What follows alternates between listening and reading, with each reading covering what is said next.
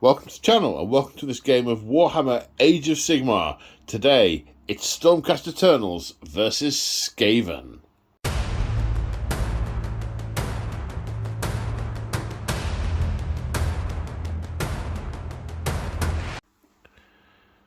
Today on the channel, we return to Excelsis, our ongoing narrative campaign, The Siege of Excelsis. Today, we are filming Part 7, the first episode in Chapter 2. So this is a standalone game. You can watch this on its own and not need to have seen any of the other episodes. However, if you are interested in them, they are all available in the channel library. Go back and take a look if you want to see where we got to before now. If I could use worse grammatical stuff. Okay. Still here? So, jumping straight into the narrative. I'm not going to go over the narrative from all the previous episodes because the recap would be half an hour at the start of each battle report and get longer each time. So, not doing that. What I am going to do... So, all the story comes from this book, and some of what I'm going to read out are excerpts from that book. But yes, so, the story today... Ever since he set light to his litter nest as a hairless ratwhelp, the warlock bombardier Ratachak has always had a fascination with flames. To him, the smell of singed hair is like holy incense.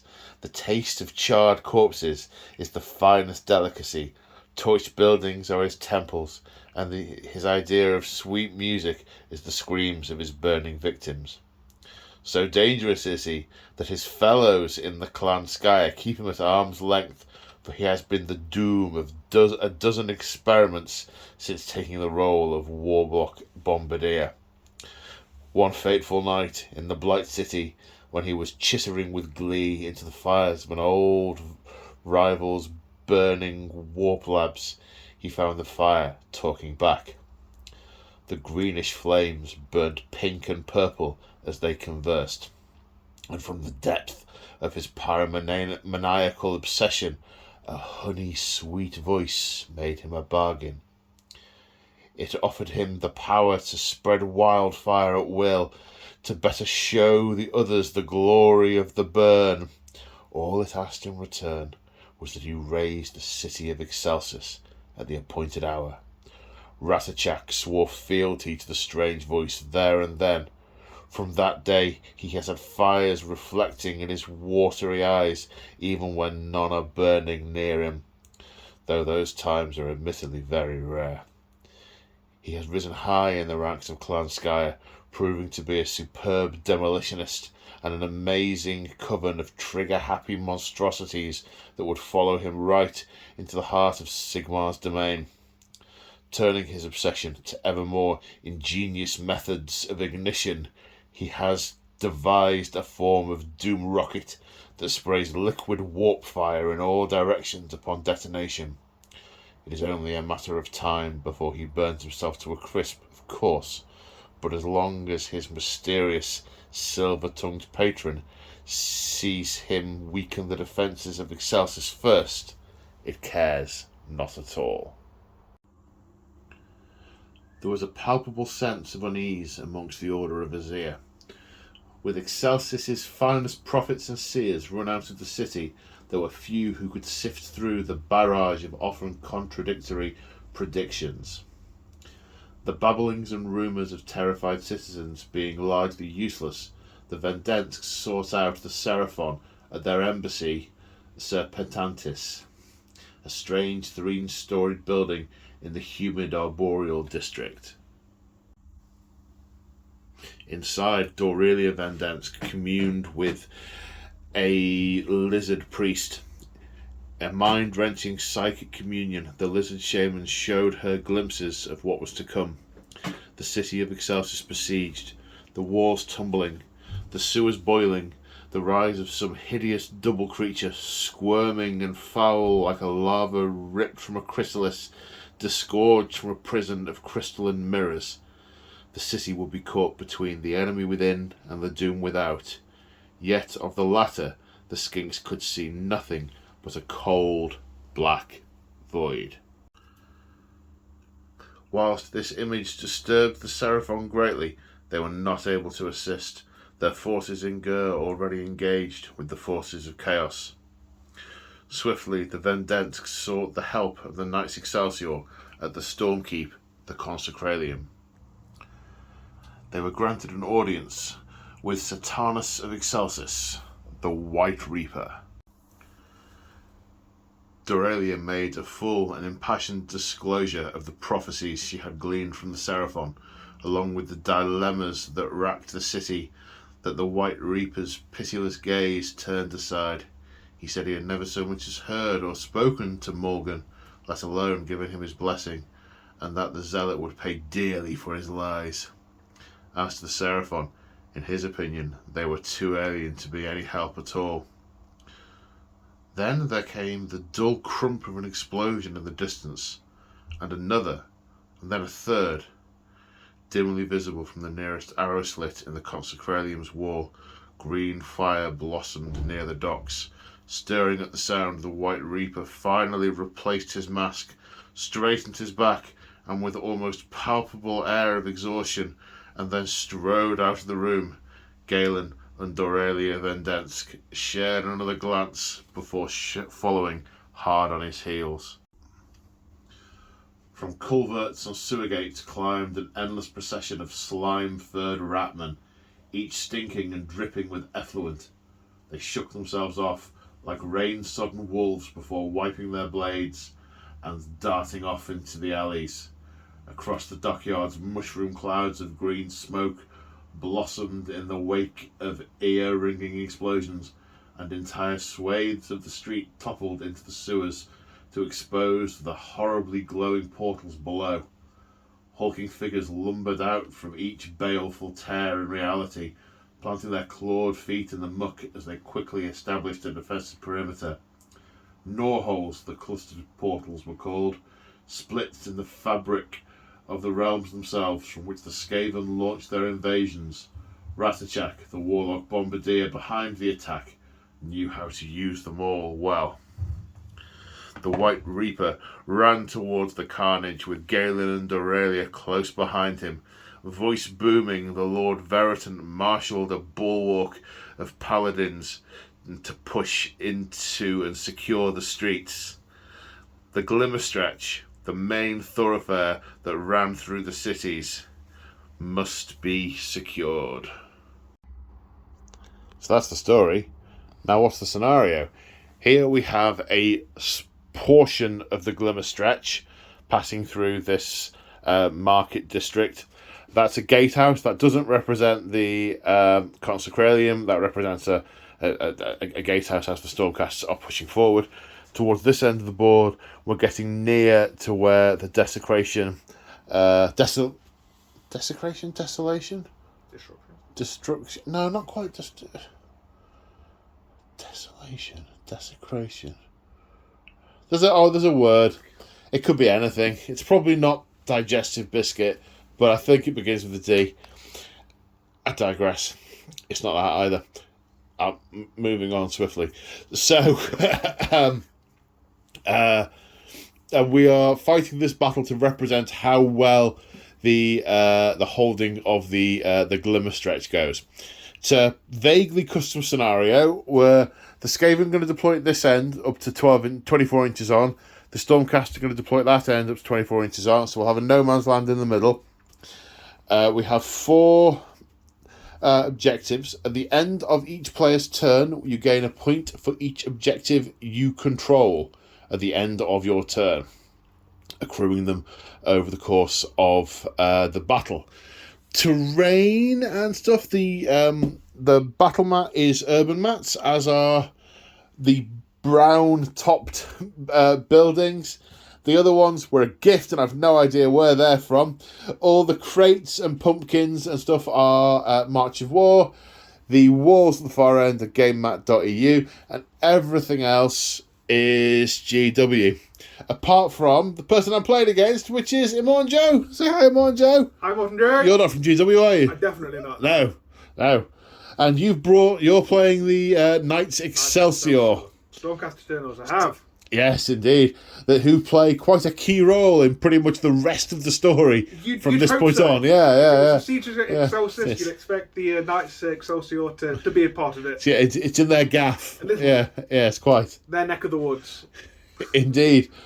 So, Knights Excelsior, very paladin heavy, aren't they? Absolutely. They're the core of their forces either are or want to be paladins. So that's what they're bringing today. They're the hammer to drive the Skaven back, hopefully. Oh, so exciting. Probably haven't mentioned yet, we're playing 1,500 points. Didn't mention that bit. I think I forgot that bit. Yeah. Vaguely important. We've talked about the scenario, the scenery, we've done the story. Have I forgotten anything? Let's get into the game. Let's look at the armies. Let's do that first. Let's look at the armies, yes. And here we have 1,500 points of Stormcast Eternals of the Knights Excelsior. And it looks terrifying! But that aside, so, what do we have? We have the White Reaper and Galen and Dorelia Vendensk at the front. We have a Knight Heraldor here with the trumpet that can be blown at terrain features to sort of blast the bad guys out. Looks like, what have we got? Unit 10 Liberators, or is it 2 units of 5 Liberators? There are 2 prime models in this, so it'll be 2 units of 5. 2 units of 5, okay. 5 Retributors. That's it. 5 Decimators. Yep. 5 of the guys with swords. Glaives, but yep. Glaives, which are called? Protectors. Okay, 3 Vanguard Raptors with Hurricane bolt throwers, 3 Ether Wings, and 3 Prosecutors. That's your lot. I don't need you. No. I've got it all. Well, actually, You've played this game before. I've played this game before, okay. So it's going to be a Stormkeep army. So absolutely. So your Redeemer units, which are basically your Liberators, will count as twice, or is it 3 times around? 3. Each one counts as 3 models when on an objective, and you also have the potential to do mortal wounds to me if I charge you whilst you're on an objective, depending what battle round it is, but we'll cover that when we come to it. Plus, I guess the Vendensks, their bravery will go up by 1, should it come to it. Should it come up? I'm not quite sure how it might, but it could. Skaven are tricksy, we don't know what's happening. Skaven are tricksy, and I have no idea what they can do, which I guess we'll find that out a little later on. Yes, when they die, they explode in a blaze of glory, and any nearby nasty people might get electrocuted by the electric and do mortal wounds to nearby units on rolls of a 6. You roll 1 dice for each wound they've got. There are no units with Thunderstrike armor because we are predating Thunderstrike armor in this campaign. It's very, very convenient that the models you've got happen to match the way we wanted to play. Oh, very handy. So Knights Excelsior, what is their thing? Tell us a bit about the Knights Excelsior and then a bit about their trait. Okay, so the Knights Excelsior are are a particularly retributive force. They care only about the God King and his word of law, and the taint is antithetical to them. Any sort of chaos taint or anything that goes against Sigmar's word just cannot exist in their eyes. They are puritanical is a word used for them. They are totally loyal to Sigmar, and that is representative of the way that they live their lives and the way that they wage war. They are uncaring, and they are cold in their duty of serving the God King.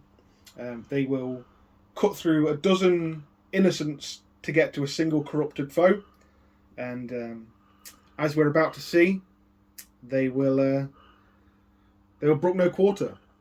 Now, Knights Excelsior, when for the army traits, they have a particular rule. I think it's called total obliteration. Oh.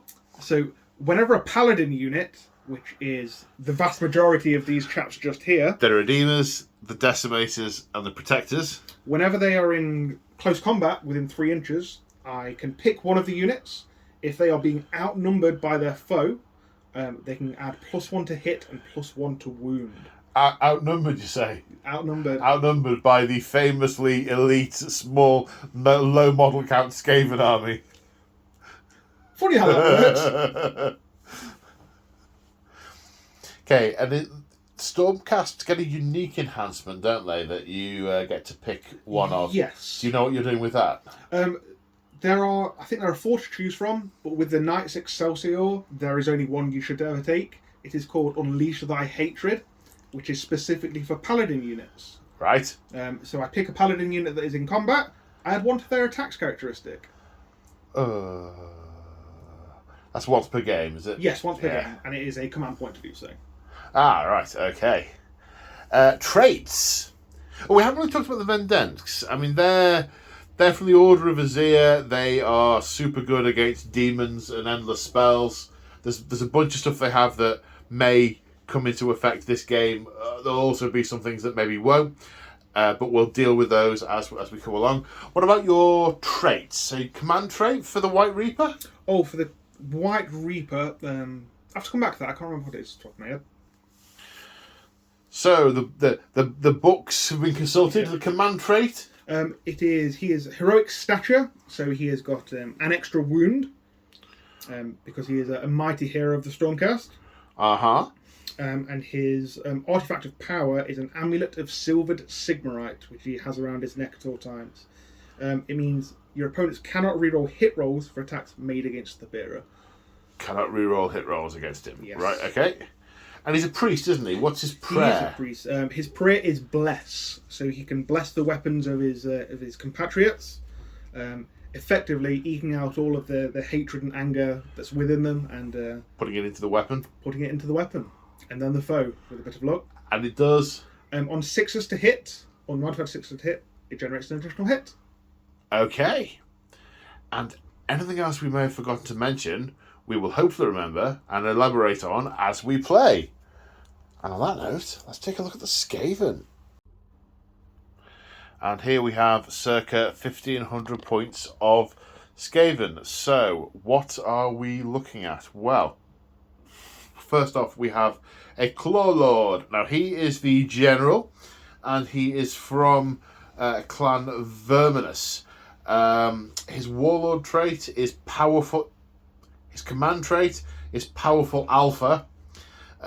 Each phase, you ignore the first 2 damage he takes each phase, which might be the difference between life and death, or it might be irrelevant if I get clubbed to paste by giant mallets by a single unit simultaneously. But we shall see.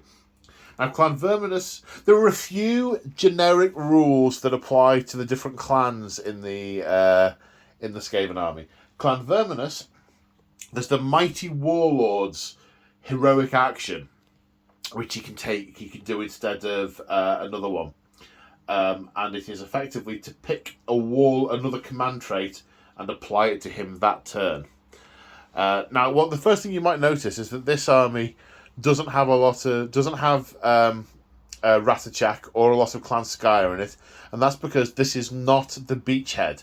This is a ways out from the centre, and the Knights Excelsior are trying to fight their way to it. So I've left all the Clan Skyer goodness for that next game, for that beachhead. Because there's special formations and stuff and everything for that game. That's from the actual book. Oh yes, it is. But that's not today. No. The generic Skaven rules. Sorry, I'm all over the place today. Lead from the back. In the same way as Look Out, Sir, where if someone's trying to shoot at a hero who's within 3 inches of another unit, it's -1 to hit. It's the same thing effectively, but it also applies to melee. So basically he can shove other rats in the way. That's the same for all heroes. Scurry away. Oh yes, a very Skaven-y hero thing. In the combat phase, when you activate a Skaven hero that doesn't have a mount, instead of fighting, you can perform a retreat move. And strength in numbers. Add 1 inch to the range of melee weapons used by Skaven units for every 10 models in the attacking unit, to a maximum of 3 inches. So units that have got a 1 inch range on them, if there's an extra 20 models in there, then they're going to be getting +2 to +2 to the range. So a lot of them will get to fight. Now, Clan Moulder. So here we have a Master Moulder. He doesn't have anything special. He doesn't have a command trait or an artifact of power or anything. However, the Clan Moulder special is prized creations. You can pick one Hell Pit Abomination and give them a prized creation rule. So this Hell Pit Abomination has accelerated regeneration. Hell Pit Abominations can regenerate, and this ability lets them use the regeneration in the enemy hero phase as well as your own hero phase. So in the remote event of him being injured and not turn into a pancake, he might regenerate more easily. Then, last but by no means... Oh, sorry, and to go... right, sorry, I'll come back in a second. Then we have the Deathmaster. Clan Eshin are the Masters of Murder. At the start of the game, you pick an enemy hero, and he gets all Clan Eshin units get +1 to attack and +1 to wound against it. We are picking the White Reaper. He must die. Oh yes, he must. The Deathmaster also has the Shadow Magnet Trinket. It's an artifact of power, which once per game gives him the Always Strikes First rule. So super handy if if I'm in combat in an ongoing way, or I don't want to be brutally stabbed up by the enemy. Yes. In terms of the other units, we've got some from Clan Moulder, some from Clan Verminous, and some from Clan Escher. Clan Escher, we have a unit of 20 Night Runners. They're basically the basic core troop. Clan Verminous, we have a unit of 20 Storm Vermin. These are big and hard as far as Skaven are concerned, as far as they go. And a unit of 20 Clan Rats, numerous and entirely expendable. And from Clan Moulder, we have a unit of 12 Giant Rats, a unit of Rat Ogres, and the Hell Pit Abomination, aforementioned.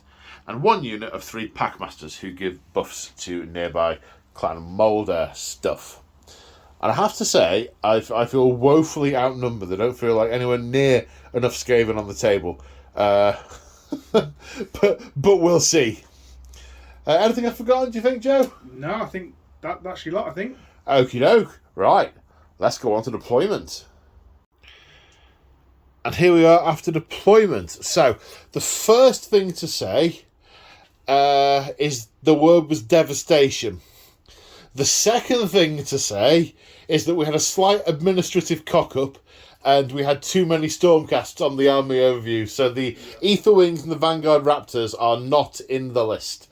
They were over, mainly because we've reduced the size of the list down because Joe arrived nearly 7 hours ago. We haven't started playing yet. But that's all on me. That's totally all on me and my level of organisation. Anyway, pressing on rapidly. So, talk me through your deployment, Joe. Okay, so we have basically set up in line for each of the objectives. On the home objective, we have both of the Van Dents and the White Reaper, backed up by a unit of Liberators. Yeah. Ahead of him is a unit of Protectors, and side by side with him is a unit of Retributors. And then over on the flank over here is the Knight Heraldor, who is backing up a unit of Liberators. Yep. And then on the other flank, I'll come round. There is the unit of Prosecutors, which are quite nippy, jumping over the houses. With those wings. That's the one. Yeah. And a unit of Decimators. Okay, Paladins with axes. Paladins that, with axes. That make Sylvaneth look at them really warily. Yeah. If you read the Sylvaneth books. Any particular logic to it, or just one group per objective kind of thing? At the minute, it's because we want to secure the road we want to make sure that anything on the road is removed, and anything on the flanks is removed. So spread up, send all the paladins up, one up each flank, basically. Okay. So, and I really struggled with how to deploy. So in the end, I went one clan per objective, kind of similar to what Joe's done. Clan Verminus are in the middle, Clan Eshin are on the right, and Clan Moulder are on my left with the Packmaster, the Master Moulder, the Helpit Abomination. So I think that's where my points are, over here on the left. There are a few surprises up my sleeve. Joe, look away. You can look back now. The unit I pointed at is where the Deathmaster is. He's clinging to the back of the Helping Abomination. I think it has to be a pack rather than an individual model. Does it count if it's made up of a pack? Because I'm sure there's several Skaven in there somewhere. A lot of heads. There's a lot of heads. Very possibly. I think we should get started. Let's roll a dice. Before it goes dark. As long as the seasons haven't changed before you roll the first dice, then it was a timely bat rep. Be autumn soon. Okay, so priority for turn 1. Good luck, sir. Good luck, mate. 5. Do you wish to have the first turn, or do you wish to have the second turn? Let's just go for the first turn. Why not? First turn, okay. Stormcast, turn 1. Okay, briefest hero phase ever. White Reaper gets a command point through heroic leadership. The Clawmaster does not. No spells, no thingy, no command point traits to use. The White Reaper tried to bless the weapons of one of the units of Paladins, but failed. That's an omen. It's an omen, Joe. I've just remembered something. I had a pre-battle thing. Oh no. Yeah. Well, it's not too late. It's not too late, I don't think. Well, your face maybe says it is. So what it was is just a pre-game move for the Night Runners, a 2d6 slinking advance, which they have moved, and they are now on that objective. So before the start of the first turn, which we've just kind of done, the Stormcast control that objective. No one controls that one. Skaven control that one, and Skaven also control this one. So we're using orange for Skaven controlled and yellow for Stormcast controlled. But because I haven't got any transparent ones, the default colour on that one is orange. Right, now the movement phase. And at the end of the movement phase, it looks like this. The Decimators used Forced March and have moved 10 up the board, whilst the Prosecutors have flown closer, ready to presumably get some shots in over here. Don't know if they're in range or not. We shall see. The majority of the units at the centre of the board have run up as well. Only one unit of Liberators at the back, staying closer to the objective. Then over here, the Liberators also using Forced March to move an extra 6 inches, came quite close to the Night Runners, who used Redeploy to surge forward an extra D6, i.e. 4 inches onto the objective. Now we're going to go on to shooting. Do you know where we're starting for the shooting phase? Yes. So this Knight Heraldo is going to aim his Thunderblast at this piece of terrain just here. Okay. And shake it to its foundations. Okay. That's charming. And on a 2+, that unit of Skaven take D3 mortal wounds. Ah, how rude! As slates start falling off the roof and bricks start clobbering them and brutally killing this Night Runner. Take that! Ah, have at you! And the Prosecutors are out of range. I thought they were 12 inches, so I was like, oh, are they going to be in, are they not? No, they're 9, so they are not in. They're also not in charge range. And that is... I was going to say it's the turn, but now Joe has a quizzical look on his face. He is thinking of something. And the thing we have remembered is that Prosecutors charge 3d6, so may well be in range. Are you declaring a charge? I am going to declare a charge. Okay. So let's attempt... Would that take you off the objective? I believe the Decimator is just within there. Okay, jolly good. Let's see if you make one. See how far you get. 4. What's that? 6, 10. Not enough to get anywhere useful. Not enough to get anywhere useful. Okie dokie. Now that then is the end of the turn. Holding 1 objective, 2 objectives. So this turns yellow, as if by magic, and is controlled by the Stormcast. Over here, the prosecutors, the liberators, would have held this objective, but the surge forward of the Night Runners has outnumbered them, even with their 1 counts as 3 ratio. So that is the end of Stormcast turn 1, and they score 2 sweet points as we go into Skaven turn 1. So hero phase is pretty brief, just heroic actions. The White Reapers used heroic leadership to gain an action. I've used Mighty Warrior, sorry, not heroes. Yeah, on the Claw Lord, Claw Master, Claw Leader, Claw Lord, to gain another command trait, Verminous Valor, which lets him pass wounds off to Skaven within 3 inches. On a 3+. Now, the Storm Vermin kind of do something similar, but I'd far rather pass them off onto the Clan Rats, should it come to it, so I've chosen that. Now, it's time to move. Right, we are at the end of the movement phase, and the Claw Lord is holding his packs in place. Coward. Yes. Okay, that's fair. Yeah. Stop making the right decision, Claw Lord. Make them come closer. I mean, yeah, absolutely. We eat away at them at the sides, then let the centre come closer, then we surround them and kill. Yes. So the Night Runners have snuck forward ever so slightly. They're sort of hiding in the lee of the statue from those things, because they're not expecting they're going to be there. I mean, they're totally still going to be there. The Night Runners are nowhere near good enough to kill all them.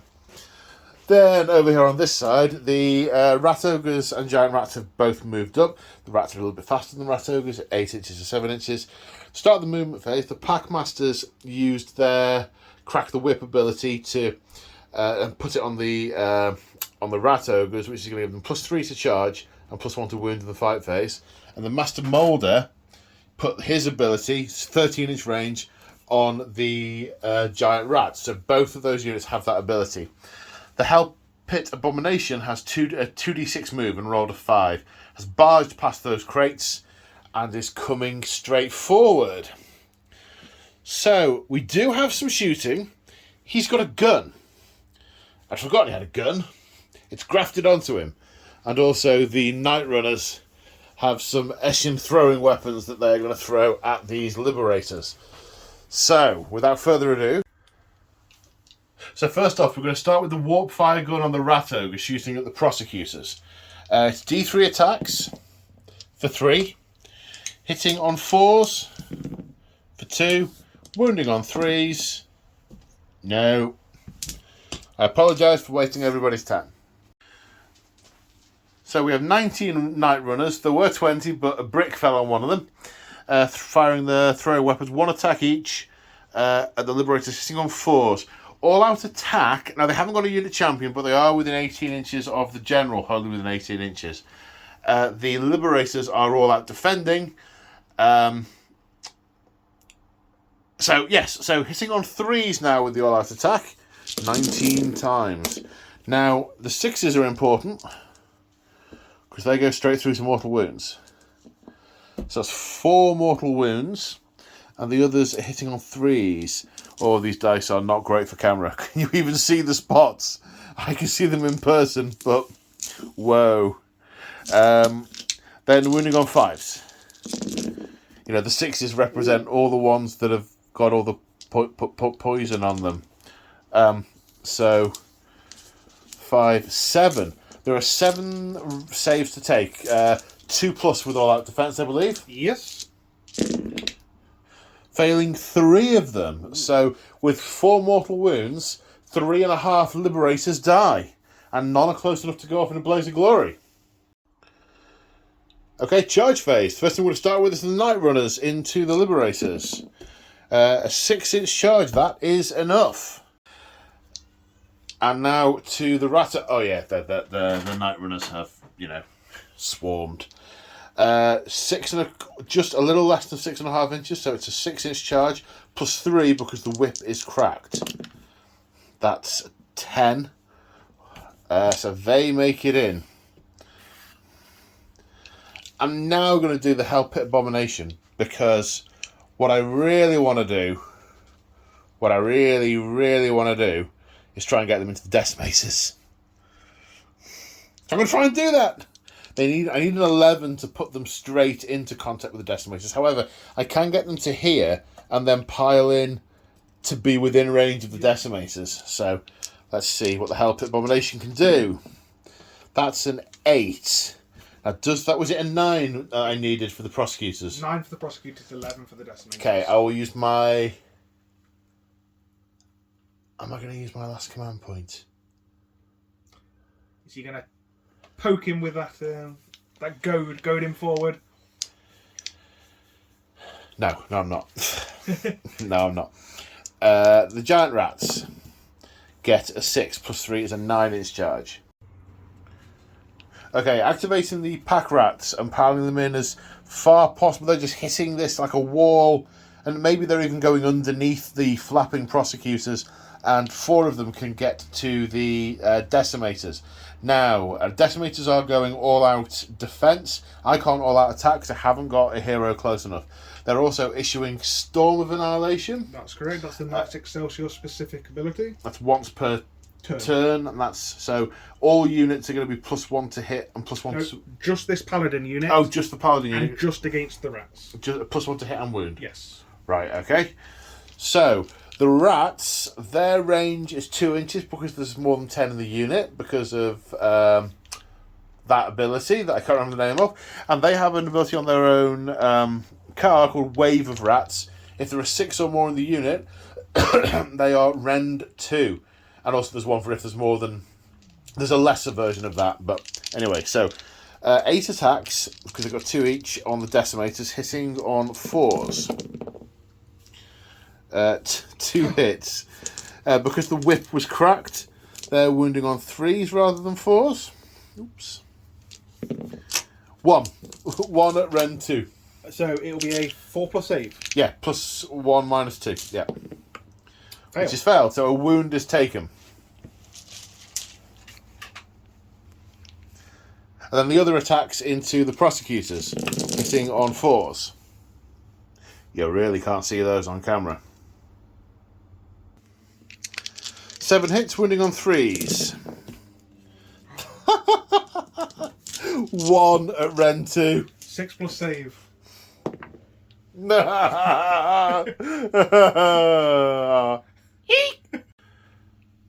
Okay, now the prosecutors activate with they each have a pair of celestial hammers flying over the irritation of the yapping rats at their feet. They pile on in to the rat ogre and are all out attacking. See if they can bring down a rat ogre. 10 attacks each, hitting on 2s now. And winning on 3s. So what's that? That's 6 saves. Oh, any Rend? Rend 1. Rend 1. Okay, 6 saves of 5+. Save of 4 being the thing that they have. That's 2 saves. 4 go through. They do have 6 wounds each, so one of them has taken 4 damage but is not yet dead. Now the Night Runners, can they bring down a unit of Liberators? Because there's more than 10, they've got a 2-inch range. Having piled in, all 19 of them are in range. 6s do mortal wounds. Here we go. 1, 2, 3, 4 6s. So even before anything else, they go bye-bye. But they go off in a blaze of glory. Do they electrocute any Skaven on the way? No, they do not. They do not. Now the Decimators, and with their torrent of Storm of Annihilation, they need 2s to hit and 2s to wound with 29 attacks. Joe doesn't have 29 dice. May have to invest. He made it well quite. Yeah. And then 2s to wound. And they're all dead. However, because a unit has died and there's a Master Mortar on the table, you're going to spend the command point to try and unleash more beasts on a 3+. No! What do you mean there's no more beasts? Now the Rat Ogres are attacking. I could technically pile them in and move them to try and get some Decimators, but I don't think that'd be a very narrative thing to do. I think they're just going to kill these things here. Hitting on 3s, because the whip was cracked, they're also winning on 2s. So hitting on 3s. 4 attacks each. 6s score 2 hits. So there's a 6 there. 3, 6, 7. Winning on 2s. So 6 at round 1. So it'll be 5 up saves. I think so. So 5 up saves. Make 2. 2 damage each. So that is 8 damage. And I believe You've got 2 each. So they're brown bread. They are indeed. Okay, however, do they go up in a blaze of glory? 2 of them are in range. They are. 6s. Just the one. Ow! And at the end of the turn, well, we've no real battle shock to do because that unit died, and that unit died, and that unit didn't get injured. So there's no battle shock. Everything that was injured is dead. Well, apart from the ogre, but not a whole ogre died. Now looking at this objective, the Hell Pit Abomination is in, and it being a monster counts as 5. 1 Rat Ogre is in, which counts as 2 because they've got more than 4 wounds each.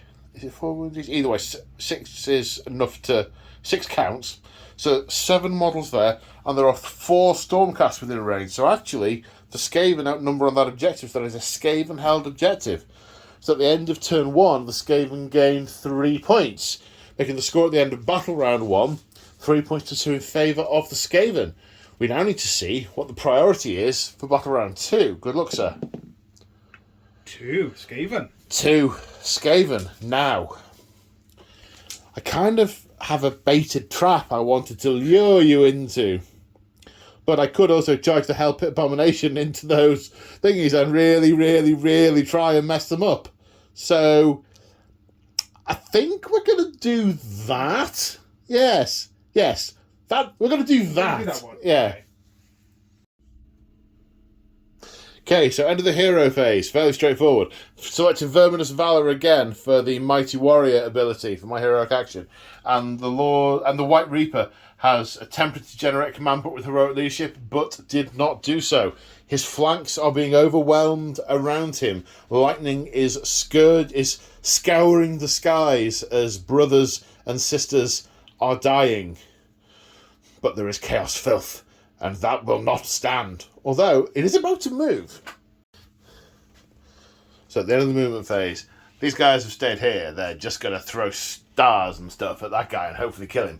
In the middle, the Claw Lord has edged forward. He's like, no, we will sit here and it'll be fine. And he's like, but what then when they kill flank meat? Flank meat, be surrounded, attacked on all sides. No, yes. Get a bit closer, claw things. Closer, draw them in so I can run away. Yes, good, yes. Then, over here on the left flank, the Rat Ogres moved up and ended up 3 inches away from the Decimators. Then once the Hell Pit Abomination moved, they redeployed. They waited so the Rat Ogres didn't... They didn't move when the Rat Ogres moved. They waited for the Hell Pit Abomination so the Rat Ogres couldn't get any closer. Very sneaky. And pulling back to try and make good use of that pinch point to try and make it harder for the all the units concerned to get in close. The Master Molder and the Packmasters have all run to get up here. On the off chance that next turn he's going to be close enough to patch up something that's injured and to get in range for cracking the whip. Whip. And we're on to shooting. Yes, we are. Now, the Night Runners on the Knight Heraldor. He has 5 wounds. Can we mortal wound him to death with all our poisons and venoms? And yes. Hitting on 4s, but 6s do mortal wounds. 1 6, 2 6, 3 6s.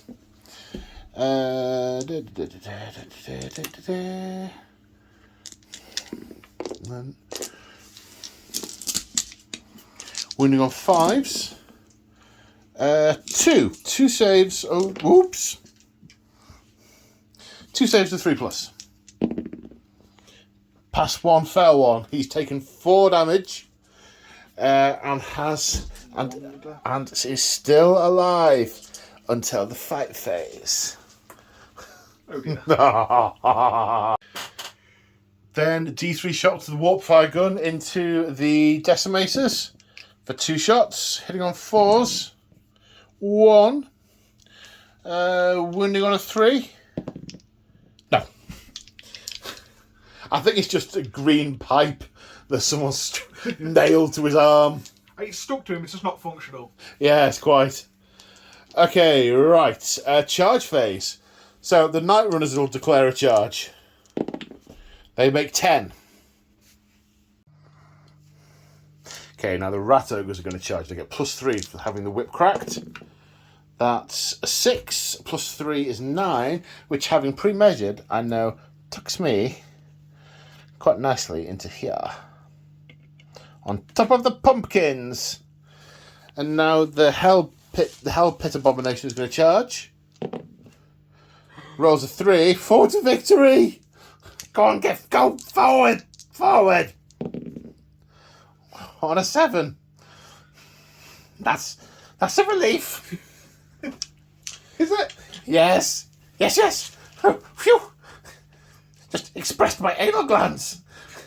Much musk. Fear musk. Yes, no. Now, monstrous rampages. Do I want to stomp on you and try and do 2 mortal wounds and kill 1?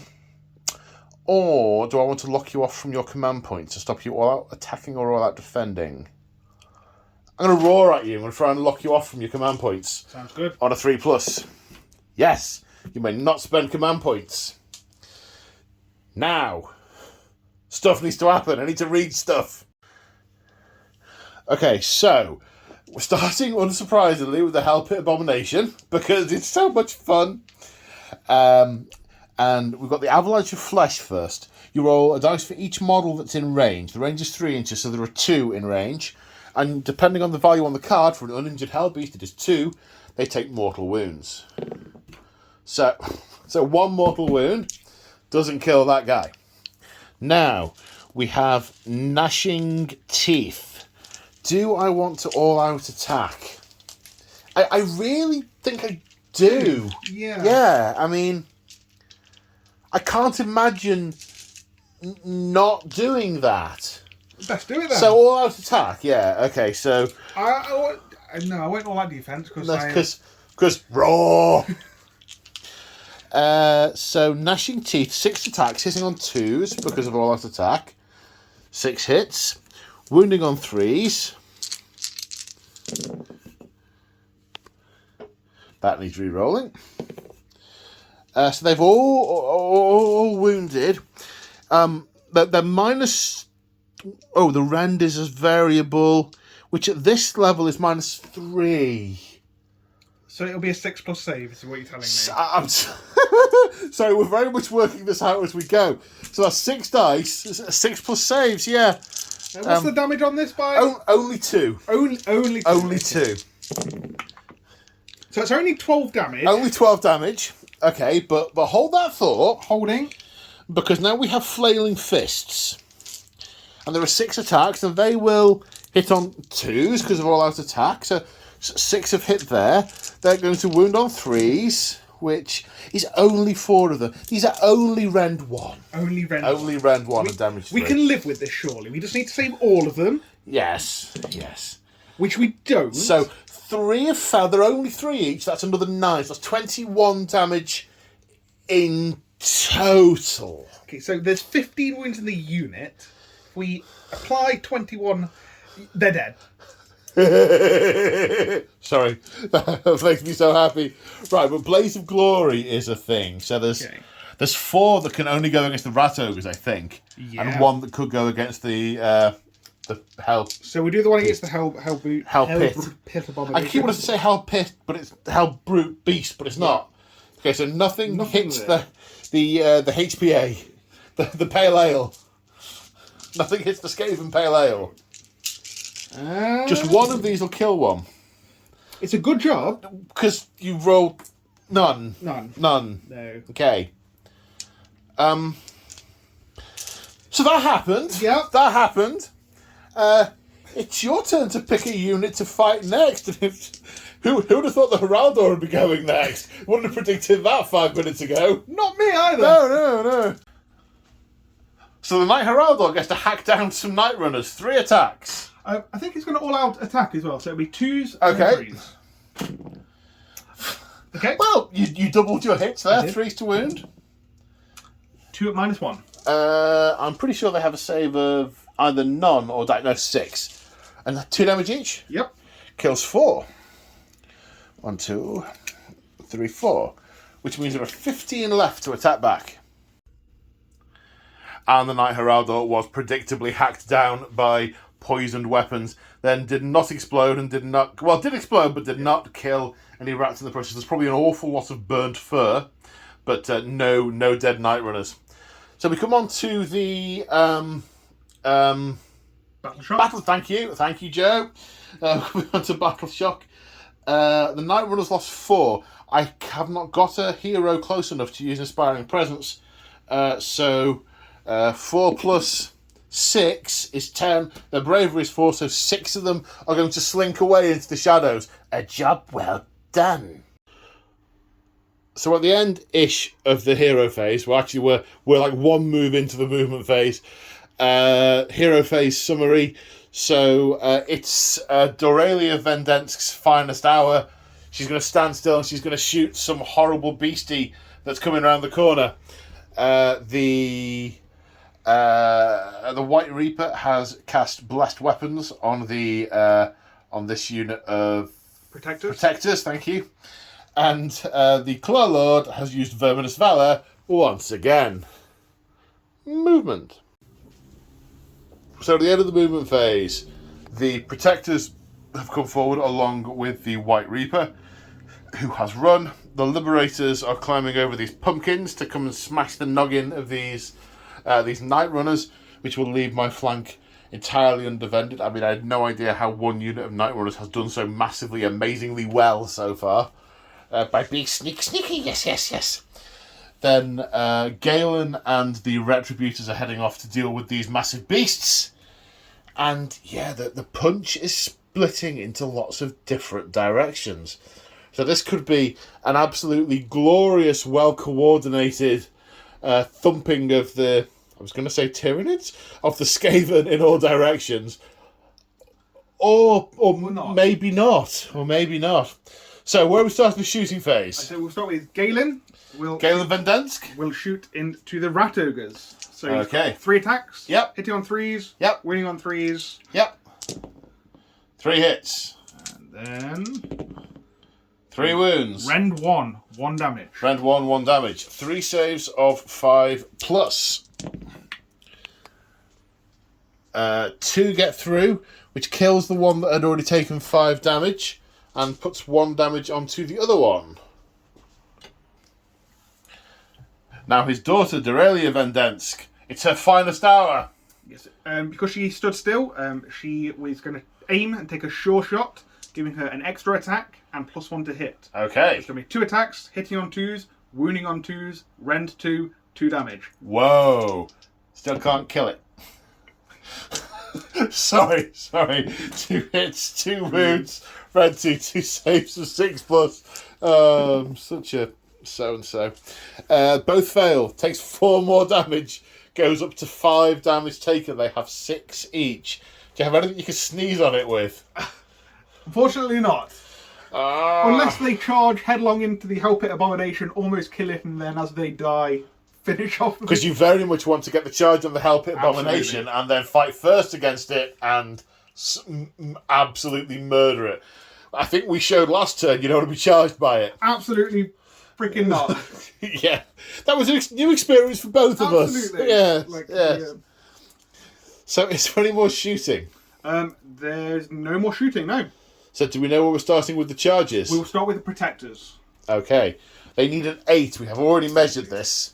And, you know, I could have been really nasty and relocated with both units. Oh, that's true, yeah. I could have done that. Are you going to do that? Oh, no. That would have been despicable. Despicable. Good luck, sir. Not that. Now, are you going forward to victory on will. them? You need an 8. Good luck. No. It's a 7. They fail the charge, which is exactly what the Claw Lord had calculated on. Cheeky. Yeah, but you may get... There's no guarantee I'm getting the next turn. True, very true. So, yeah. At least it might just be a slow march forward, and the rats go, boss! Boss! Boss! Then, from this unit of Redeemers, the... yeah, they are Redeemers. They are. They're what? Liberators. Thank you. I'm glad you remembered. That are a Redeemer retinue. You need a 5. Snake. Which you get. Smashy. And the Liberators smash into the cowardly curs. And next... He's trying to decide. Obviously, you need to try and get the Redeemers into the Hell Pit Abomination. Yeah. And not... Because the worst scenario would be is if you got them close enough to kill the ogre but couldn't get to kill the beast. But I suspect in doing that you would get within 3 inches of the Hell Pit Abomination and bring it in. I'm trying to get in the mind of Galen Van Denst, because if he goes in first and gets in combat with the ogre, potentially dragging the Hell Pit Abomination into combat, that would get him closer to my paladins. Yeah, maybe you want Galen to go in, kill the ogre, and hope you get next turn so you've got a clear run. Precisely. So, are you going in with Galen first and see what happens, or? But again, would the paladins just leave Galen out on his own? They don't care about Galen. they do not care about Galen as much as he's a member of the Holy Order of Azir. The Holy Order of Azir. They work for Sigmar himself. But not wishing to sway you in any way. So, do you need a minute? Give me a minute. And the Retributors? The Retributors are going to charge first. Whilst Galen is going to try and work out how to snipe that ogre, he's doing that whilst the Retributors are going in to exterminate the filth. 6-inch charge. Now, there are gaps around either side of that ogre, so there is the possibility of actually the ones at the front surging round it to get to the Hell Pit Abomination, whilst the ones at the rear clobber the ogre. So, I'm going to leave Joe to do some careful measuring. And the Retributors make it to there. They are lapping round that heavily wounded ogre that's practically on its knees and heading towards the Abomination. Galen is trying to follow them in. Can he find a way through the wall of Sigmarite? No. On an 8, no, he can't quite get round. So he's going to stay near his daughter and see if the White Reaper is going to need some support in a minute or something like that. Okay, and so the Paladins end up here after the pile-in. So we've done things a tiny bit out of sequence, but the Redeemers, the Retributors, the Paladins have finished their move.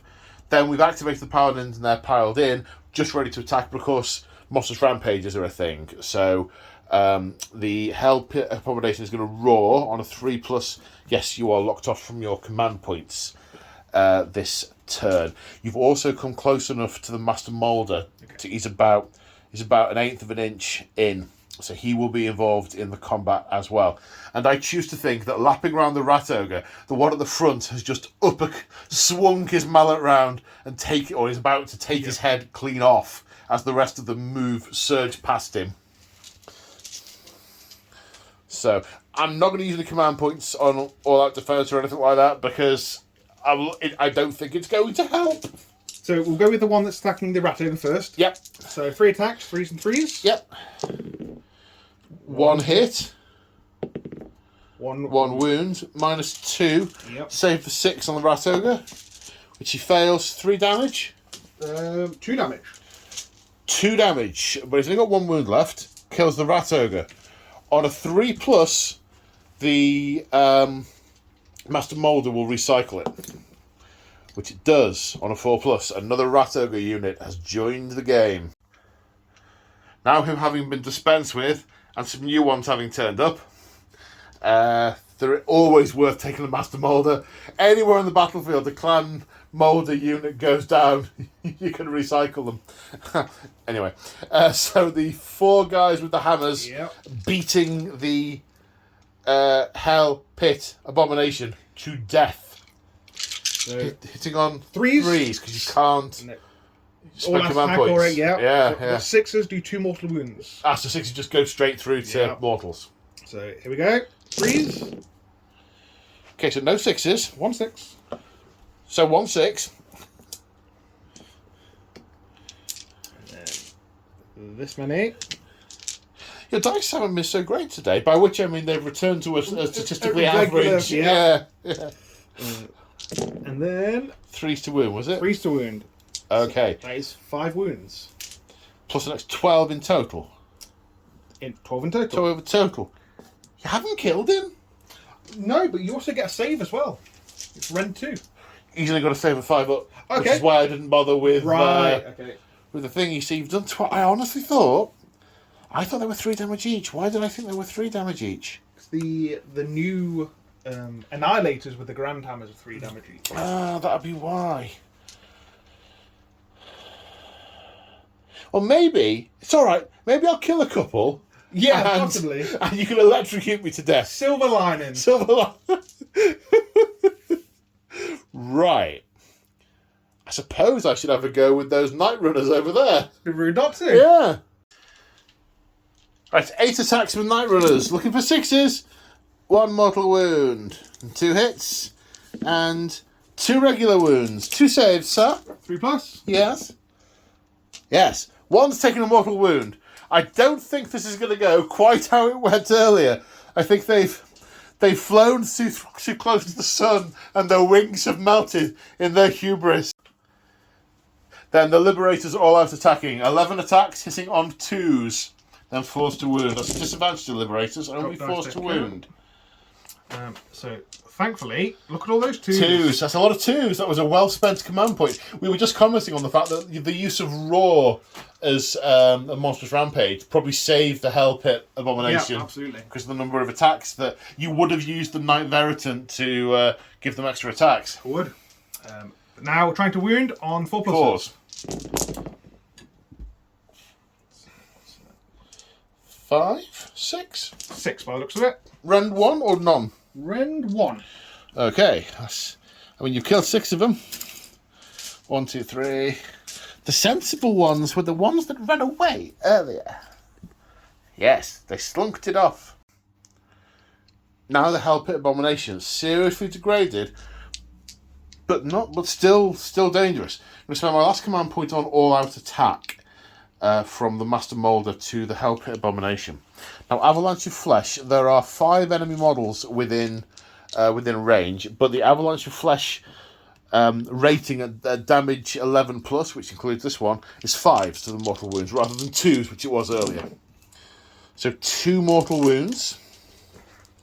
From that, if you want to keep count. Okay. Then with Gnashing Teeth, we are still on 6 attacks. Hitting on 2s because of all-out attack. Wounding on 3s. So 4 wounds, but the rend at this damage level is only rend 1.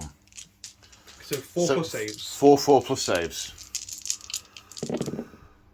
Fail 3. Fell 3 of them. They are 2 damage each. So that's 8 damage so far. 8 damage so far. Then the Flailing Fists, only 3 attacks at this level. Hitting on 2s. Wounding on 3s. 2 at -1. So 4s again. And And that's 3 damage. Okay, so that is 9 in total. So that's 3 dead Retributors. Is it going to be 3 that are currently in base to base with it? I was just going to take the 3 directly in front of it. So these 2 that are base to base, and then this one. And that one that isn't. Yeah. Okay, so that's 6. 6 dice. 6 dice for. You are due some 6s on this. You haven't had any so far. Where have we got? There we go. Let's see. 2. 2, which do mortal wounds to the Hell Pit Abomination.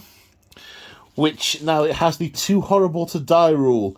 The first time the unit is destroyed, before removing from the battlefield, roll a dice. 2.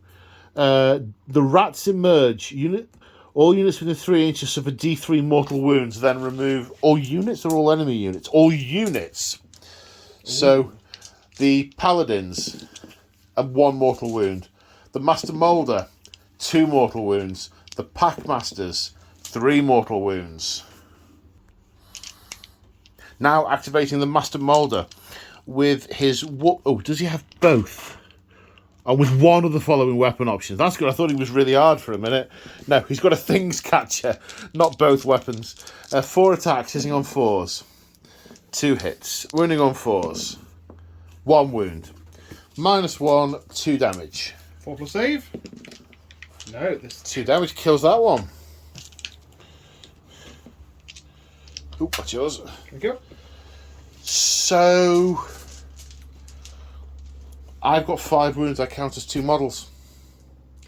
So I retain that objective. Yep. So you Do don't. I not count as 3? No, it's just redeemer units, isn't it? Yeah. Should we check that? Let's check how that's worded. So battle shock. 6 were killed here. Total of 7. Their bravery's 5. So these 2 are going to run away. They've gone. Now the Packmasters lost 1. 1 plus 2 is 3. They are fine for now. The Retributors have a bravery of 7. Do you not have a command point left? Because they're all going to disappear at the end of this turn. Yes. At the end of the battle round. I need to make sure that I can issue... Oh, Galen will issue the command. Okay. So yes. Okay, so inspiring presence. Remember the Order of Aziz nearby. They know what it looks like. Keep this guy around, I suppose. So at the end of your turn, you gain 1 point, making the score 6 points to 3 as we go into battle round 3. Okay, priority roll. Good luck, sir. Ties. Good luck, mate. 2. Oh, so in ties, I don't get to choose. It repeats. No, you get to choose. If you win ties, you win ties. No, I don't think that's how it works. Okay. But either way, the net result is going to be the same because I want the next turn. Yeah. But I think that in the event of ties, the first turn goes to the person who had it last time. I don't think it's they get to choose. I think do you know what? Let's check. Okay, hero phase. The White Reaper just generated a command point with heroic leadership. This time, the Claw Lord is going to be a mighty warrior and go for Savage Overlord, which means that any unit fails a battle shock test within 3 inches of him, he can just off D3 of them, and the unit passes. Because he's very much sending them in and staying at the back. Because, yeah. Because why wouldn't you? Although maybe I should put him in as well. Because they are quite hard. And I could really do with putting some serious hurt into them. Is 40 rats not enough? With 41 going to make a difference? It's 60 rats, thank you. It's 60 rats. But he's the only one who's... See, the thing is, at this point, ladies and gentlemen at home, all I'm doing is getting past 2+ saves, because they've got a 2+ save at the moment, and Joe can increase it to offset my rend, so it's just a case of numbers of attacks and getting past 2+ saves. So do you know what? Is Storm Vermin there to take a kick in for him? Let's do it! Let's do it! Let's put up... Yes, let's do it! And after the movement, it looks like this. I can't even remember if I had the camera on when I was talking about does the Claw Lord go in as well. But the Claw Lord's going in as well. He's feeling very confident, surrounded by all these minions, to which he is vastly superior. He's going to get shocked in a minute. The Rat Ogres are running up here, having been unleashed by the Master Moulder. And that's it. Shooting now. These Rat Ogres, D3 shots from the Warp Fire gun for 1, hitting on a 3 or a 4. What was it? 4, it hits. Wounding on a 3. No, they have not been loaded with Warp Fire. They just haven't. Okay, that is all the shooting. You're not doing any relocation or anything like that, are you? No. Okay, the Rat Ogre's going to charge. They're in.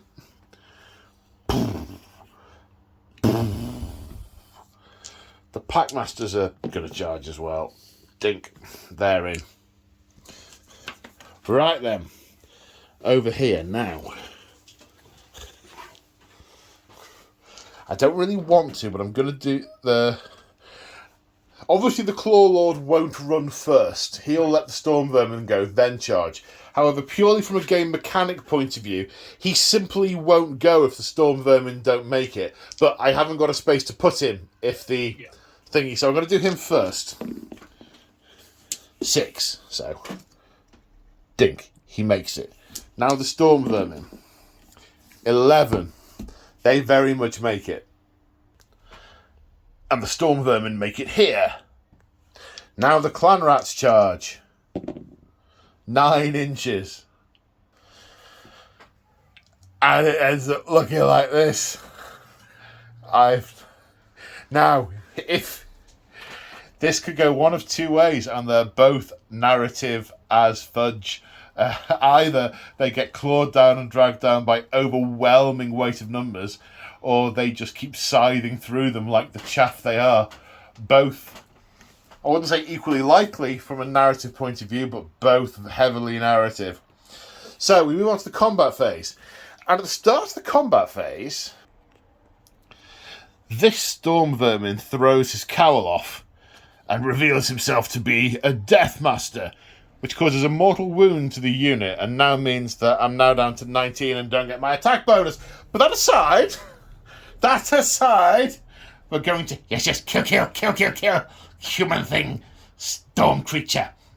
And he's going to use his trinket to mean he has the Strikes First ability in this round. So, I get to pick a unit. So I get to do the Strikes First, then I get to pick a unit, then you'll get to pick a unit. So he'll get to attack, then I'll get to attack with the Storm Vermin. Obviously. Then you'll get to pick a unit. Yep. So the Deathmaster is going first, and I'm all out attacking with him, because that knife is going straight into the White Reaper's back. 5 attacks, hitting on 2. Joe is not electing to art defense because he's been caught off guard. You don't have to all-out attack because you have a Death Master. You get +1 to hit against the White Reaper And anyway. +1 to wound. There we go. So I could that command point can go back in the box. Thank you for yes. So hitting on 2s. The 6 goes straight through to mortal wounds. Wounding on 2s. So the does D3 damage. So that's 1 mortal wound and 3 saves at -1. 3 saves. So yeah. It'll be 4 plus saves. Passes all of them. So you've taken a mortal wound. Now, because he is of his heroic stature, that extra wound that he has, it's just been taken from the Death Master. Okay. I mean, I'm very disappointed with you. Very disappointed. You're sort of a slight congealing wound master rather than death. But, there we go. So, the Storm Vermin next. With their... I need to pile them in a little bit more. Just checking I can get them all into 2-inch range now that they're down to a unit of 19, which they can. The Claw Lord is issuing Gnash Gnaw on their bones to them, which gives them each an extra attack. Meaning they have 3 attacks each, which means I'm attacking with a total of 57 dice. Now, tragically, I can't all-out attack at the same time. But Joe, the Protectors are all out defending. It's very much what they do, defensive combat. It is, definitely. So they are all out defending to give them an extra point of armour to take them back up to 2+ saves, even accounting for my rend of 1. But hitting on 3s... Pause. This many hits, then wounding on 3s.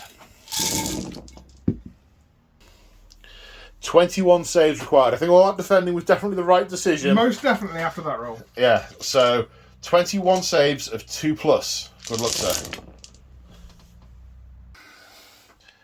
And 1 dice, 4 wounds in total. Blaze of Glory. Do any storm vermin get fried? No. They do not. Right, which unit are you going to activate? Are you going to try and wallop the clan rats before, or the claw leader, the claw lord, before they do anything? Or are you possibly going to preempt something over here and try and kill a rat ogre? That is a good question. And he seems to want thinking time. Let's give him thinking time. So the Protectors decided they want to cut the head off the snake and attacking as many as many as possible, attacking the Claw Lord, which is 3, and 1 going into the clan rats. Storm of Annihilation was declared on the clan rats earlier. I don't know if I narrated that or not. So there will be some bonuses there. But in the meantime, so how many attacks into the... Which one are we doing first? The clan rats first. Clan rats first. How many attacks each? 5 attacks each. Okay. Hitting on 2s, winning on 2s. Yeah. So it's 5 hits. Uh-huh. But the weapons are still blessed, so those 6s are extra hits. Okay. So 7 hits and 5 wounds. 5 wounds. Minus 2. Minus 2. Oh, that's definitely enough. So 5 dead clan rats.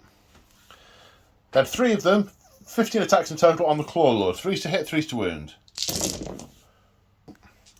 And then 3s to wound.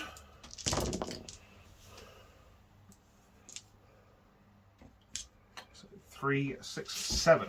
7. Okay, so I'm going to have to do these. It's how many? Minus 2. Minus 2. Minus 2. Okay, so I'm going to do 2 first onto the Claw Lord.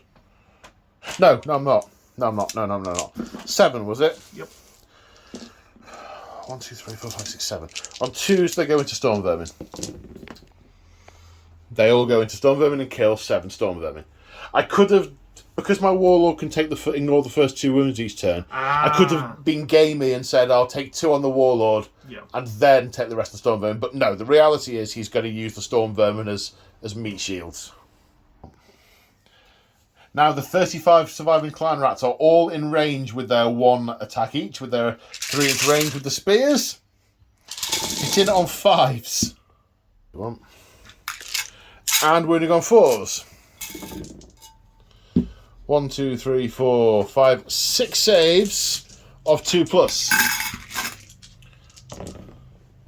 Any ones? No ones. No ones.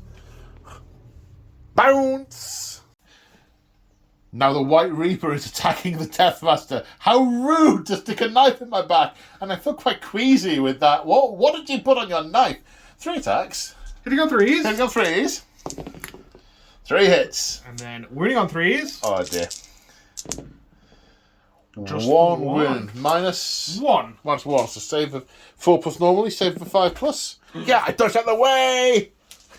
Stick. Must try better, man thing.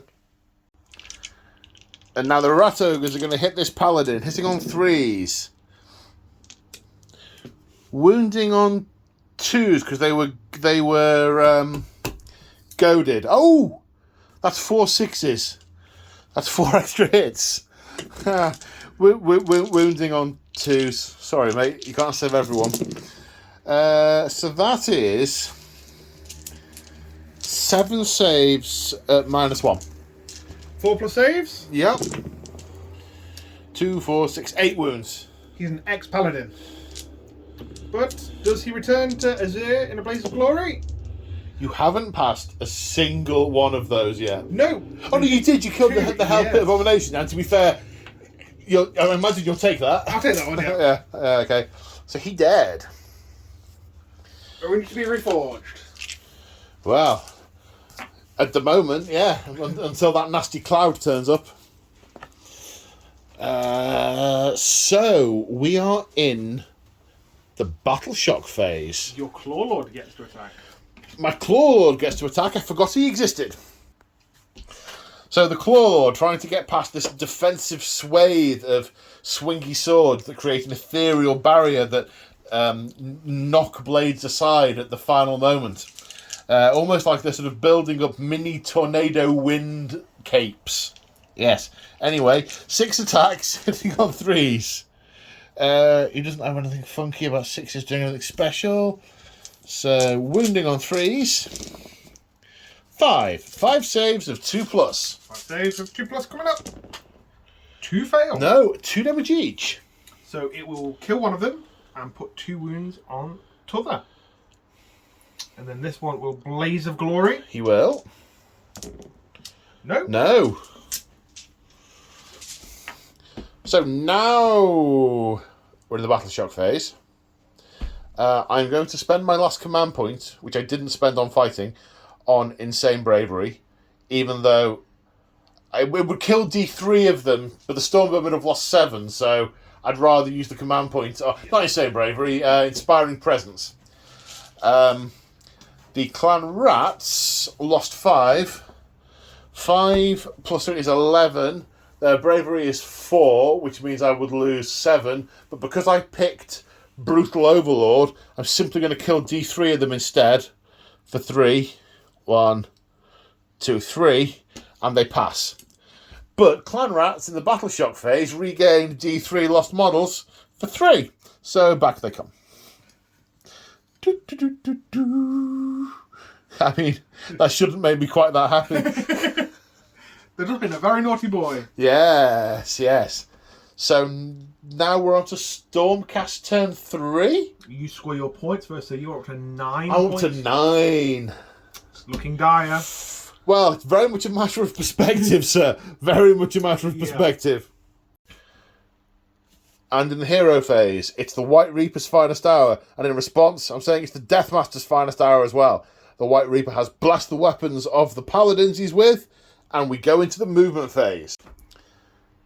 So at the end of the movement phase, Joe has given it some thought and decided to sacrifice the flanks. The key objective is the central thoroughfare. There might be some peripheral Skaven left on the outsides, but if he can clear the centre, he has cleared the centre. It's very profound. It is, If absolutely. you clear the road, you can clear the road.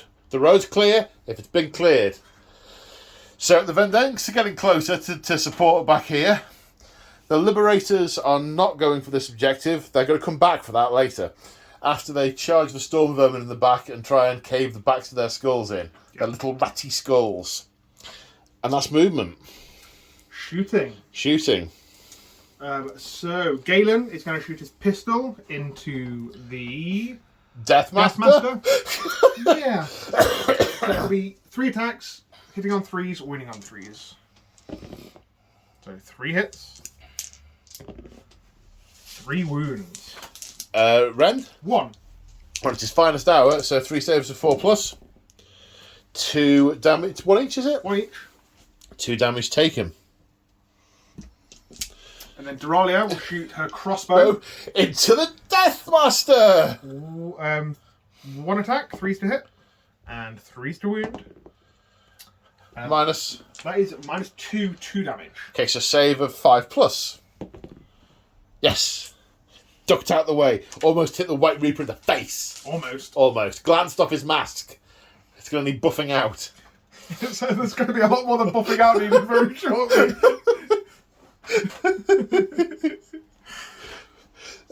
Charge? 4 to victory. Oh my god! That'll do it. That'll do it, yeah, that'll do. Then Galen Vendensk makes it in to the Deathmaster to support the White Reaper. Absolutely. Then Dorelia Vendensk makes it in also to the Deathmaster. Together we 3. Well, yeah. Right, do you know where you're starting? Paladins.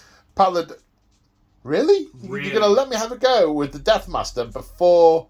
The Deathmaster, his number, his... But I might kill the White Reaper first.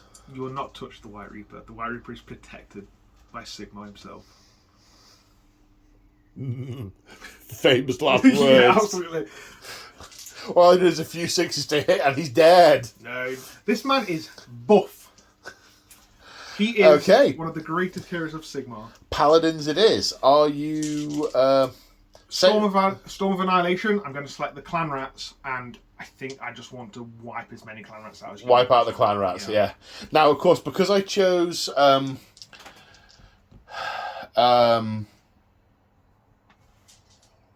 on, brain.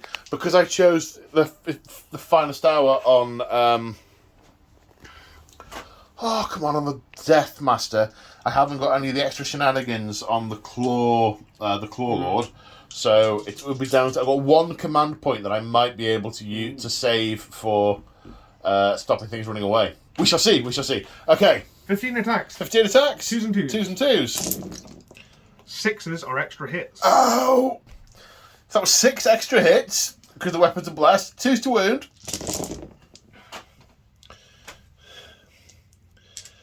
So that's what? That's a lot. So that is 3, 6, 9, 12, 15. 15 it's minus 2, aren't they? It is minus 2. So it's 15 dead clan rats. I'll get the shovel. Right, I'd really love to set the Storm Vermin on these Liberators. And there's a big pop that really, really wants to, but I think it's just the opportunity to stab the White Reaper in the face with the Deathmaster is just too compelling. So 5 attacks, hitting on 3s, but 6s go straight to mortal. So that's 1 mortal wound again, and I failed to wound. So again, he takes a mortal wound. Blessed by Sigmar, as I said. But my poison is in your veins. We'll fight it tooth and nail. You can't fight. Body and soul. They're better. Now the Liberators are all out attacking in the back of the Storm Vermin. 11 attacks, was 11 it? attacks, Hitting yeah. on 2s. That's 4 1s. So 7 hits. Winning on 4s. That is the drawback of Liberators. Those hammers are covered in cushions. So 1 wound. 1 wound at rend 1. Saving on a 5. Now, you kill Storm Vermin. Ow! My head! How rude! Right. Maybe the Claw Lord. The Paladins have gone, haven't they? They have. Well, the Claw Lord. Can he pilot? I can't get to the White Reaper. There's a Storm Vermin in the way.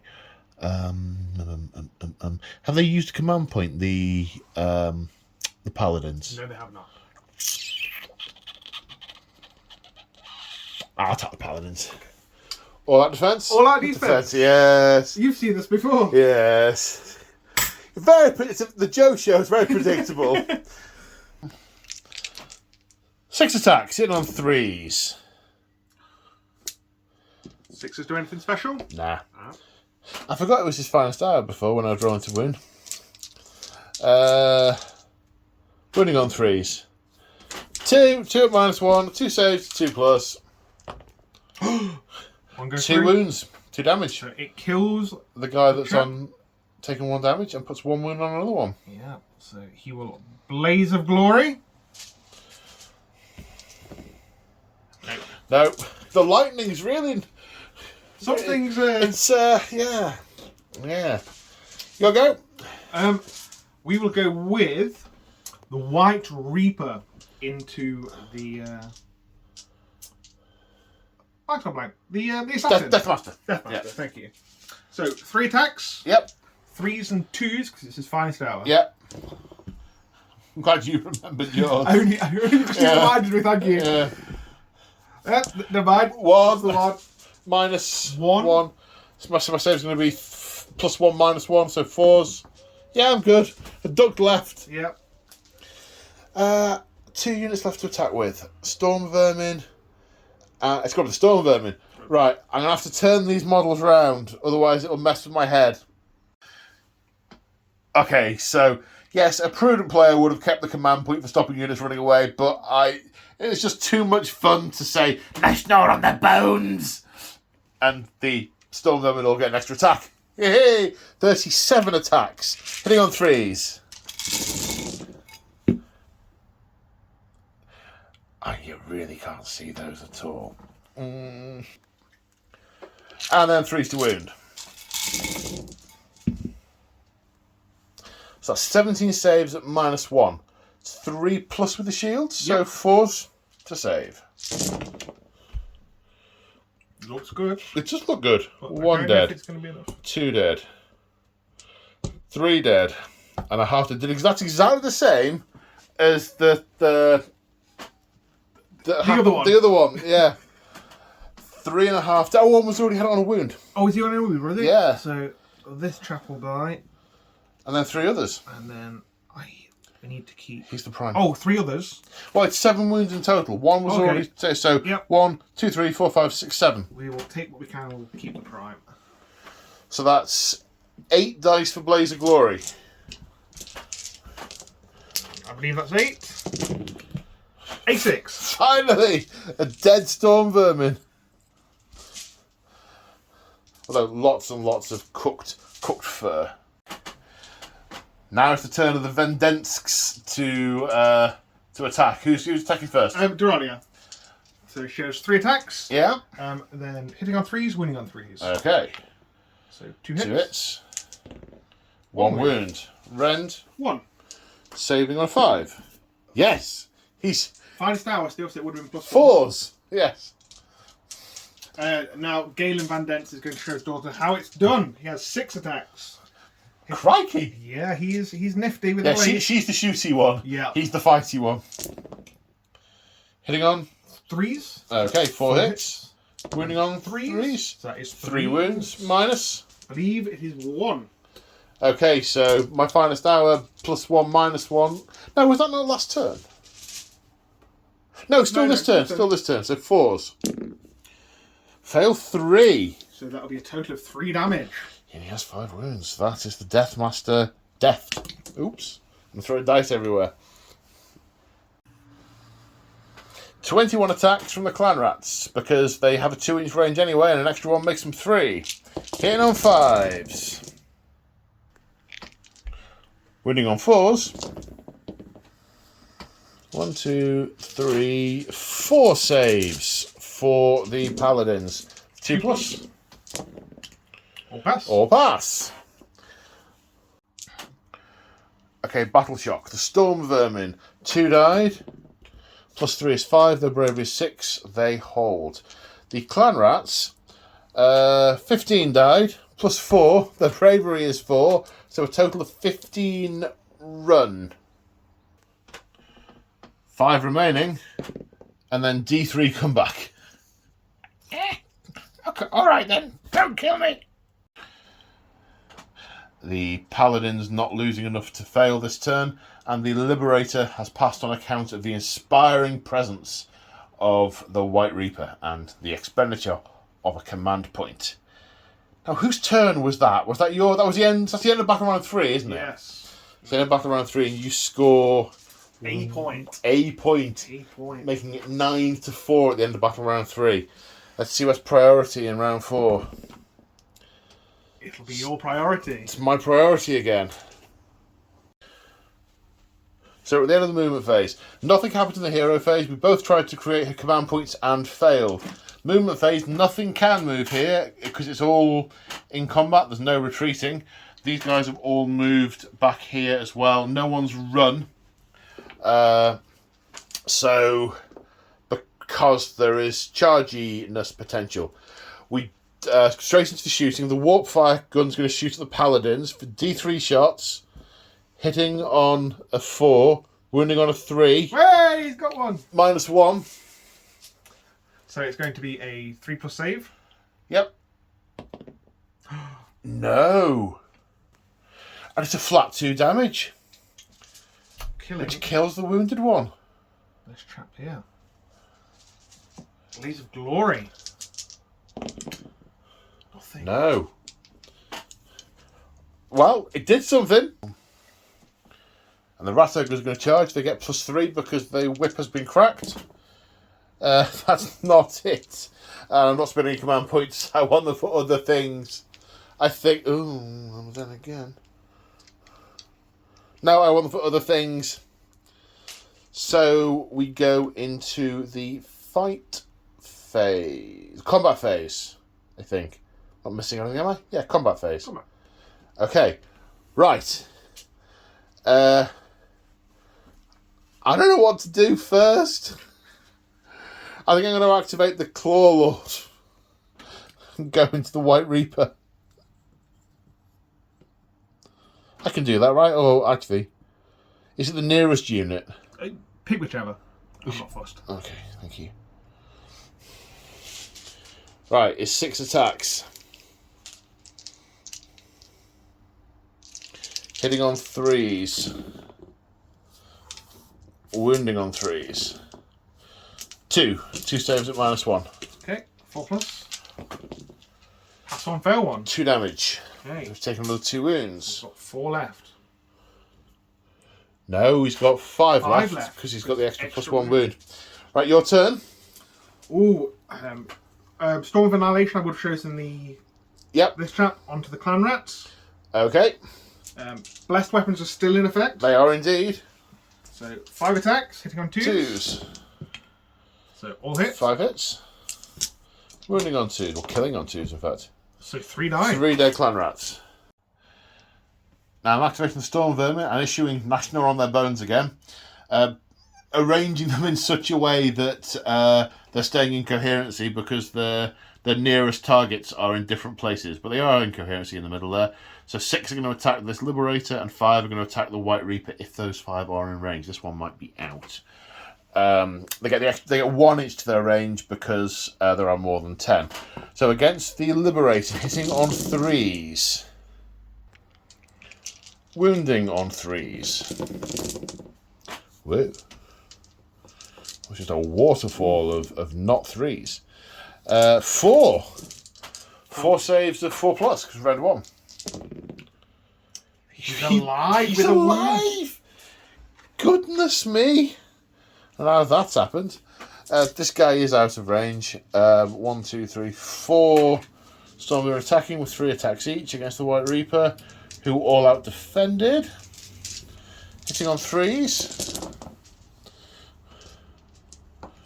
Wounding on 3s. 4, 7. 7 at red 1. So it's 3 plus. saves. Yeah. One more One goes wound. through. He is a tank. Galen Van Dansk leaping forward, all out attacking. 6 attacks. Hitting on 2s. 4 hits. And then winning on 3s. 3 wounds. -1. Saves of 5s. 1 dies. Then, Clan rats. I guess, It's a token gesture. 4 clan rats. Hit once. Doesn't wound. I'm astonished. Dorelia? Dorelia. On 3s. Winning on 3s. So 1 wound, -1. 7 for 5. Kills another storm vermin. They're hacking through 1 each. Back to back. Fighting side by side with the White Reaper. Indeed. Is it his go? It's his go, mate. Happen. I suppose Liberator Prime could go next if you want with his 3 attacks. When in Rome, like. Aye. Do as Romans do. With 3 attacks. Oh, he gets an extra one. He's He a is prime. Prime. Aye. Look at him. After taking that flesh wound, he is up for it. Barney. 3 wounds. -1. -1. Saves of 5. No, he...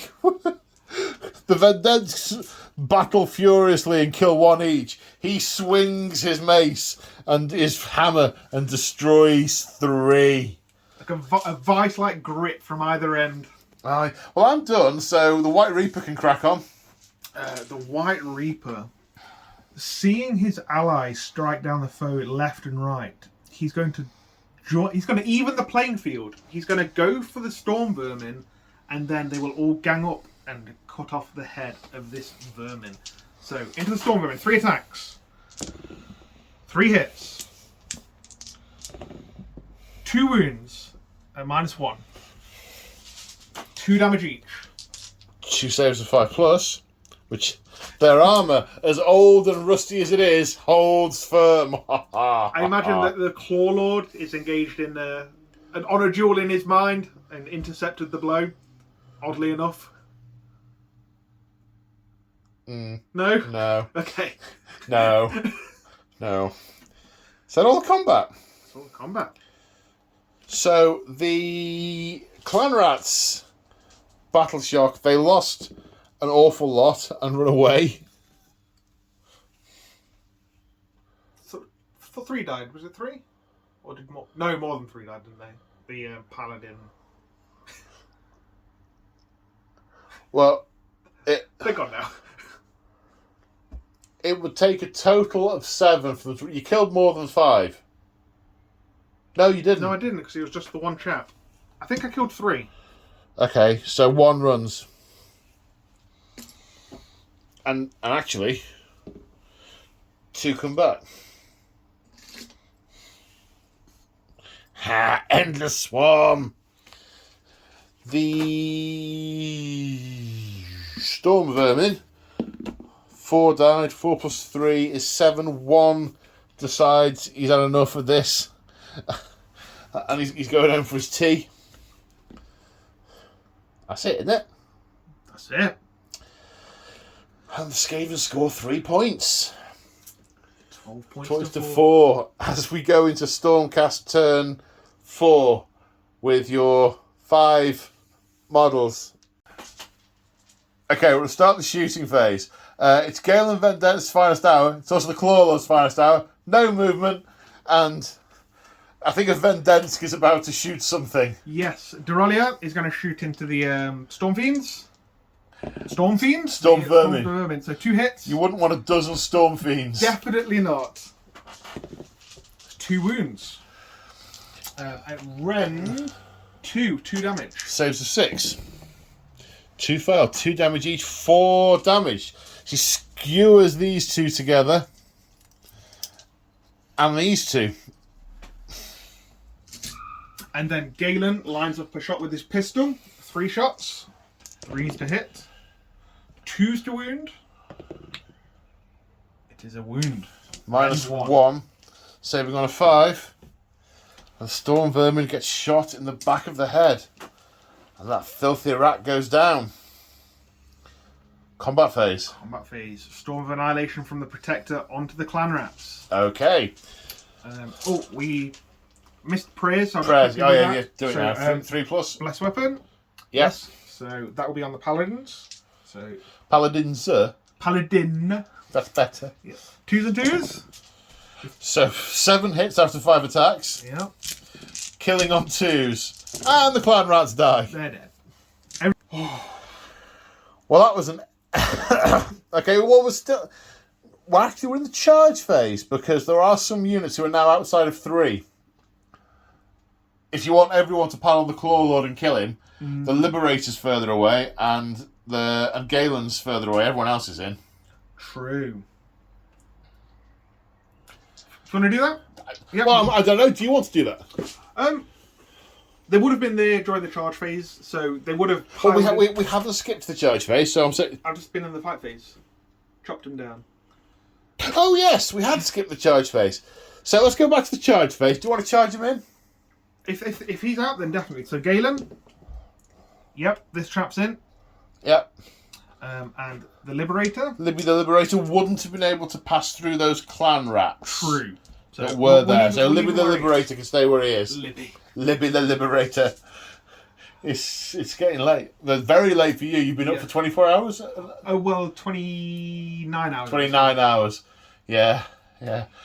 Sorry.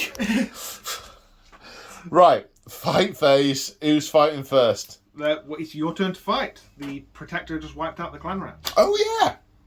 So Claw Lord, maybe? The Claw Lord will have a go at the White Reaper, because that's the one who he's fighting. Yep. Actually, no. Because any Skaven character we're selected to fight can instead run away. So he's going to retreat 6 inches in that direction and live. Hooray!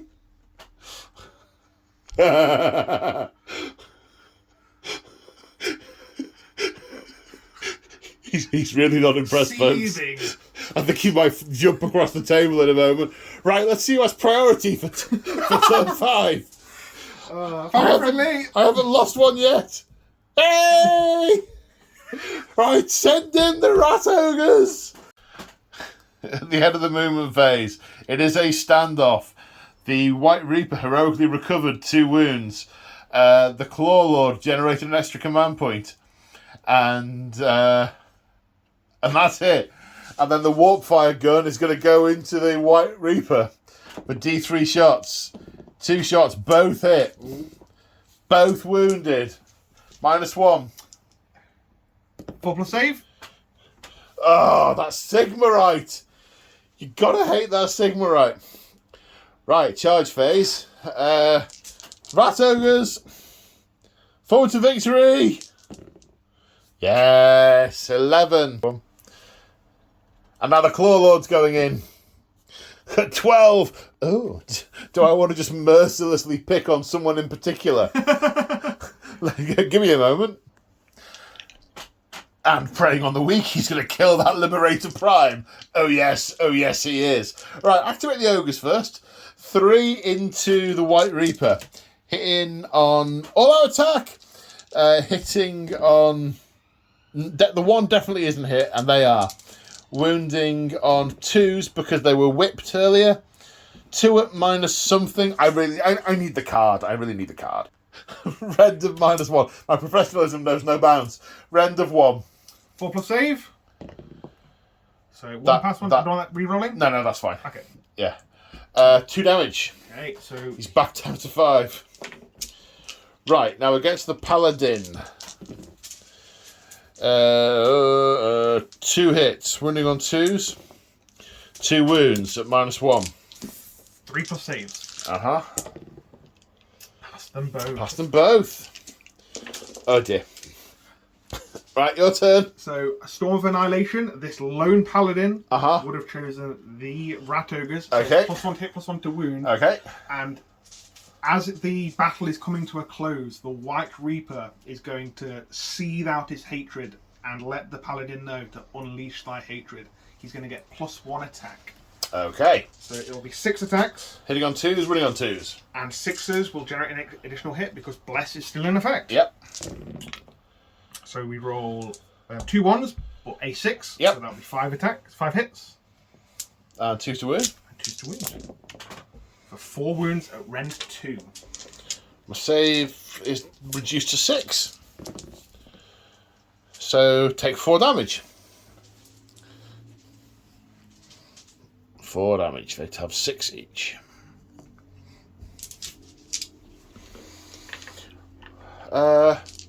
Claw Lord. Hitting on 3s. Wounding on 3s. Oops, come here. 4 at -1. It's alright, I'd like to all-out defense for this chap. Of course. Okay, 4. Yep. He does fail 1. 2 damage each. He goes down. Blaze of Glory. Blaze of Glory. No. He is felled by the mighty Claw Lord. Puny man thing. White Reaper. White Reaper. So 3s and 3s. Yep. So that is 2 wounds. -1. 1. 5 up. Both fail. That's 4 damage in total. 4 damage total. 2 kills him and puts 2 onto him. Then Dorelia. Yep. 3s and 3s. So 2 2. -1. Saves to 5. Pass 1 pass 1 fail. Takes it onto 3 damage. Puts it onto 3 damage. Are you happy if Galen joins in here? I am. So he's where the dice is. So 6 attacks, 3s and 3s. Mm-hmm. Oops, sorry, drop dice don't count. So 4 hits. 2 wounds. Minus. 1. Saves of 5. 1 pass, 1 fail. Is he 1 damage or 2? 1 damage. 1 damage. Okay. Is that everyone? That is everyone. So that's the end of Skaven turn 5. We forgot to mark up your point for turn 4. Your point. Skaven scored another 3. Take to 15 to 5. As we go, can the Stormcast pull it back in turn 5 as we go into their hero phase? And in the hero phase, your heroic action was a command point, was it? Yeah, we'll do a command point. Oh, we hadn't decided I haven't that. decided yet. Right, you're jumping ahead because heroic actions are always first. Yes. So I'll attempt that. We do not get one. And I tried heroic recovery on the Master Molder, which gave you the idea of what you're about to do now. So the White Reaper has a War Scroll prayer, which he's trying to incant, which is called Sanction, which goes off on a 4. Does not go off. And you take a mortal wound. Oh, is that what that is? Is that including God prayers? says no. God says no. God says no. I don't know why. I'm doing very good. As a massive anti-lightning storm is flashing upwards. All right, movement. Cool. All right, shooting. Okay, Dorelia is going to shoot into the Rat Ogre. Hitting on 2s. 2 hits. Winning on 2s. 2 wounds. Ren 2. Saves of 6. No, 4 damage. He's dead. Now the Galen is going to shoot at the Claw Lord. Oh no, at the Master Molder. I'll tell you because you know the Claw Lord will negate 2 wounds each phase. Is that what I'm doing? I don't know. Is that what I'm doing? I mean, he's right there. He is right. And he's just brutally murdered a lot of stuff. Shoot his legs off. Yeah. So in the kneecaps. 3s and 3s. 3s and 3s. So 2 hits. 2 wounds. 2 saves of 5+. They both pass. Charge phase. Charge phase. I'm just going to roll and chuck them all in, if that's okay. Alright, yeah. 6. Yeah. I'll get them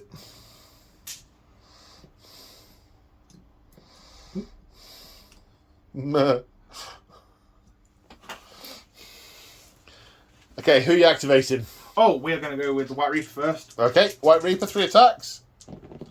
3 hits. Uh-huh. That went to... Wait. 2 wounds. Rend 1. Saves of 5+. 2 fail. 2 damage each. 2 damage each. Okay, I ignore the first 2 damage. So he takes 2. Then I will activate him. No! Yes! And that is the end of the game. You get a point. I get a point. You get a point. It's moot, but it is a point. It is a point. Oh, dearie me.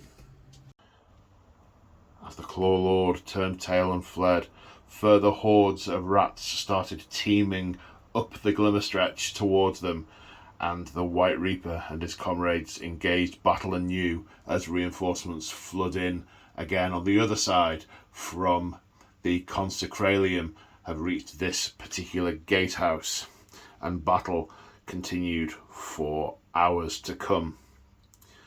Dorelia watched Cerus Satanus impale one rat thing, even as he kicked back hard into the face of another sneaking round behind him. Then she shot a third as it raised a dagger with its prehensile tail. She knocked its spasming body into the gutter with a snarl of distaste. Sigmar's bells, she muttered. These things stink. On the roofs above, 3 of the creatures leapt across an alleyway with cat-like ease. One threw a volley of spinning metal tricycles at the White Reaper just as he took off his mask to wipe the clotted gore from his eye sockets. Wounded and on the brink of exhaustion, he did not see the projectiles in time as they struck him in the side of the neck. Grimacing, he plucked them one by one from his flesh, punishing gauntleted fingers against the wounds to staunch them as he examined one of the bladed tricycles. Even in the flickering firelight, Dorelia could see it was coated in a thin film of greenish poison. "It's well known that you Stormcast are tough," she said. "Are you immune to poison?" "Not this kind," came the reply. The White Reaper staggered, then and sank to one knee. "Up, Lord Satanus," said Dorelia. "The city needs you more than ever." The Stormcast did not reply, but instead slumped with eyes unfocused, one hand in the gutter. Galen jumped down from his hunting nest on the roof above, a trio of severed rats' tails in one hand. "That doesn't look good," he muttered. She cast him a glance, her lips pursed, and mouthed, "It isn't." "My lord, we cannot yield," she said. "Who can possibly save this benighted place? Only the faithful. Is that not your credo?" Satantus looked up at her, a spark of fire in his eyes once more. "That's the hallowed night, dolt. I am a knight Excelsior." "Is it?" said Dorelia innocently. "Are they the ones who never give up?" "The hallowed knights," said Satantus again, as if in a trance. "The steel soul. He met one." Dorelia winced. The warp poison was clearly getting to his brain. The White Reaper shot to his feet, staggering a little before looming within an inch of her face. "He met one of them. The leader, the mage priest. He could unlock this." Satantus clambered onto an upturned wagon and pushed himself up on the roof of the mason's storehouse. Using his lantern stave as support, standing tall, he waved the staff high over his head to leave a glowing circle in the air. "Melanea!" he shouted, his stentorian tones singing out over the din of battle. "Melania, attend me!" It took long minutes of agonizing doubt, but to Dorelia's relief, a winged angel swooped down over the mason's roof, a celestial eagle of impossible beauty, glowing purple and blue at her shoulder. "Melania, we must get a message to Lord Gardus.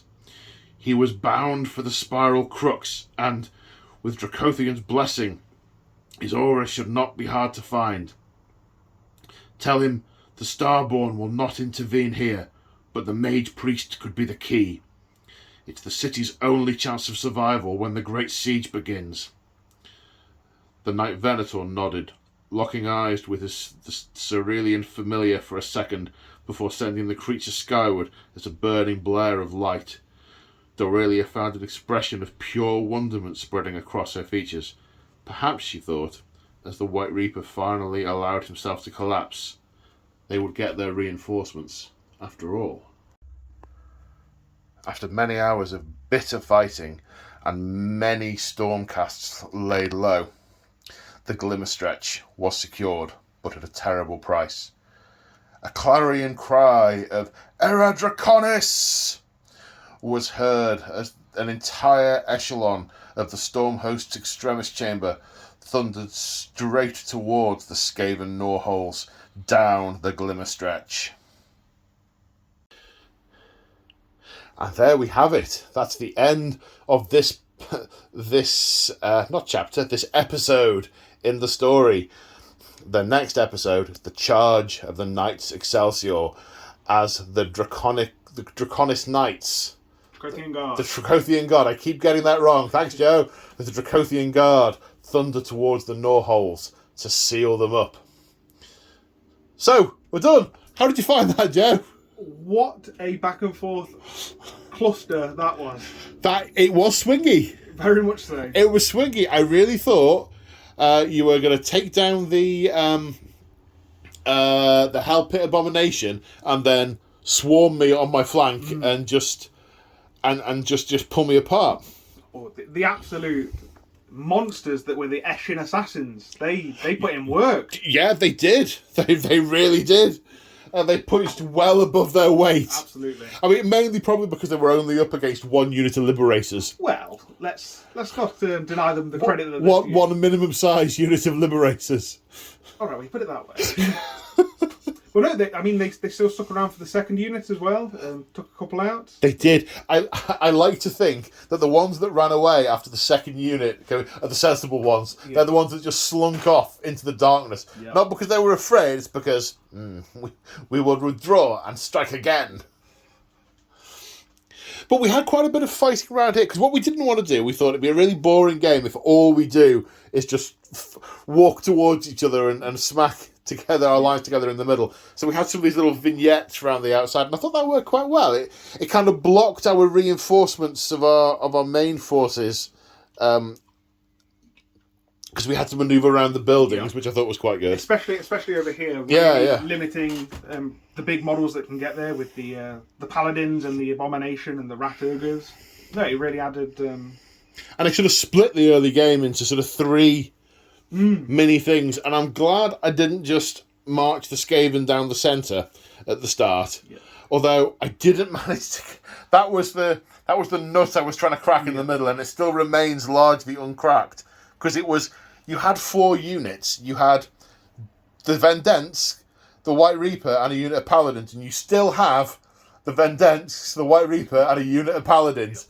I entirely failed to take them out. I mean, that Claw Lord, though, he's got his head screwed on, hasn't he?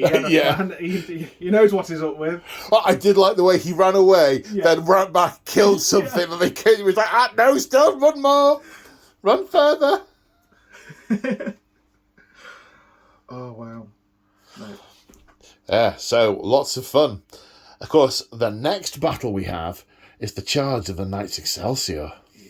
And that's one of the special ones from the book. Yeah, it's got a scenario and everything. Yeah, we get to actually do what it says in the book. Yeah, I know. Painted gnaw holes, and you're painting Dracothian Guard. Yeah. That's going to be a lot of fun. And on that happy note, thank you everyone for tuning in.